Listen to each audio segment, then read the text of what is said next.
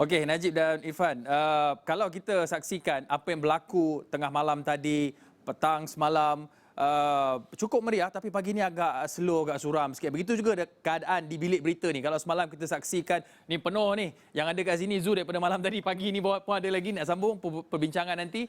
Kita lihat juga begitu juga dengan keadaan politik dalam negara ni. Sebab sekarang ni saya kira tempoh yang bertenang sedikit, keputusan kita dah tahu, Parlimen tergantung, tapi untuk anda yang mungkin baru nak mengemas kini diri anda dengan maklumat terbaru, saya nak bawakan, nak tunjukkan sedikit saja update mudah. Tak ada mana-mana pihak yang memperoleh majoriti mudah untuk membentuk kerajaan. Ini angkanya, paling tinggi PH 82 kerusi, PN 73, GPS 22, kemudian kita ada BN 30, GRS 6 dan lain-lain, warisan bebas, semuanya ada 6 kerusi di sini. Dan seperti disebutkan oleh Tan Sri Kek daripada Ihlam Center tadi, kita juga dapat saksikan ada angin perubahan yang berlaku dalam pola pengundian. Kita dapat saksikan di sini pengaruh Perikatan Nasional walaupun baru 2 tahun usianya cukup kuat. Ni daripada utara ni, daripada Perlis, Pantai Timur, ni semua ni. Yang biru ni semua adalah kerusi-kerusi yang dimenangi oleh Perikatan Nasional atas pelbagai faktor, mungkin faktor kekuatan akar umbi PAS, faktor Abah Tan Sri Muhyiddin Yassin, dan kalau kita lihat di bahagian tengah Semenanjung juga, warna merah. Warna merah ni Perikatan Nasional yang memperolehi kerusi paling tinggi, paling banyak setakat ini, 82 kerusi. Dan kita bermaklum juga di beberapa bahagian di Borneo ini ada kawasan yang tak ada lagi keputusan pilihan rayanya sebab digantung kerana faktor cuaca. Tapi GPS juga kita lihat menguasai sebahagian besar kerusi di Sarawak. Dan di mana UMNO dalam ini? Ini persoalannya sebab apabila kita saksikan di sini daripada keputusan ini menunjukkan UMNO sebenarnya memperolehi jumlah kerusi yang paling rendah dalam sejarahnya, 30 kerusi parlimen, berbanding kalau kita nak compare dengan tahun PRU ke-14 yang lalu, UMNO ada dapat 70, Barisan Nasional ada dapat 79 kerusi. Dan ini juga mencetuskan kesarantaian di saat parti-parti politik berbicara mengenai rundingan dan sebagainya. Hakikat bahawa UMNO mendapat 30, BN mendapat 30 kerusi ini paling rendah, ini juga mencetuskan kesarantaian. Antaranya, kesan yang pertama kita dapat saksikan gesaan daripada Menteri Besar Johor, Dato' On Hafiz Ghazi, yang mendesak agar Presiden UMNO, Datuk Seri Ahmad Zahid Hamidi, letak jawatan. Berikutan tsunami politik dalam kalangan orang Melayu yang sebahagian besar mereka menolak suara parti Keramat itu. Mungkin itu diterjemahkan kepada apa yang disebutkan oleh penyelidik daripada Ihlam Center tadi, gelombang biru tua daripada Perikatan Nasional. Tolak UMNO pergi kepada Perikatan Nasional. Dan dalam masa sama, ketika masyarakat mungkin tenang-tenang, rehat-rehat, ada satu persoalan lagi ni, Najib dan juga Irfan.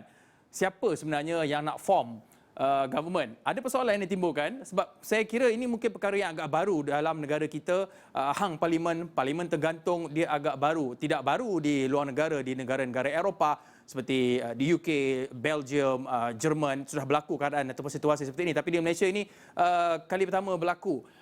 Dan itu jugalah yang menimbulkan persoalan. Contohnya di media sosial ada chatters ataupun siapa yang bertanyakan, kalau ikutkan, sebab kita ni guna sistem Westminster, kita ataupun Dr. Zaini sebut sistem ala Westminster.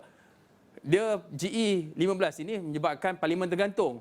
Kalau ikut convention, tidakkah Perdana Menteri sementara ataupun caretaker Prime Minister Ismail Sabri Yaakob ni mempunyai keutamaan untuk membentuk kerajaan? Ini antara persoalan yang ditanyakan. Tetapi kalau kita lihat kerusi Ismail Sabri Yaakob, Barisan Nasional hanya ada 30 kerusi.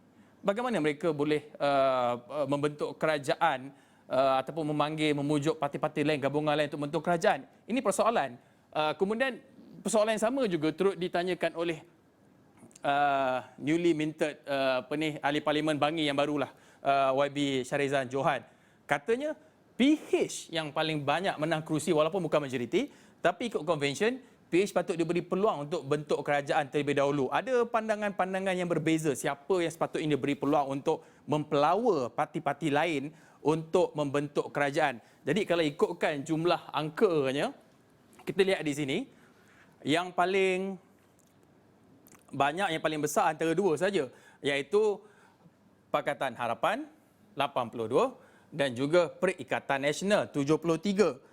Dua inilah dua gabungan besar yang mungkin akan memanggil mempelawa parti-parti gabungan lain untuk bersama mereka membentuk kerajaan dengan mempunyai majoriti lebih daripada 112 ataupun 111. Tapi ini mungkin ketika ini ahli-ahli politik, ketua-ketua parti politik sedang melakukan sesi rundingan. Mungkin sebab itu keadaannya agak tenang seketika.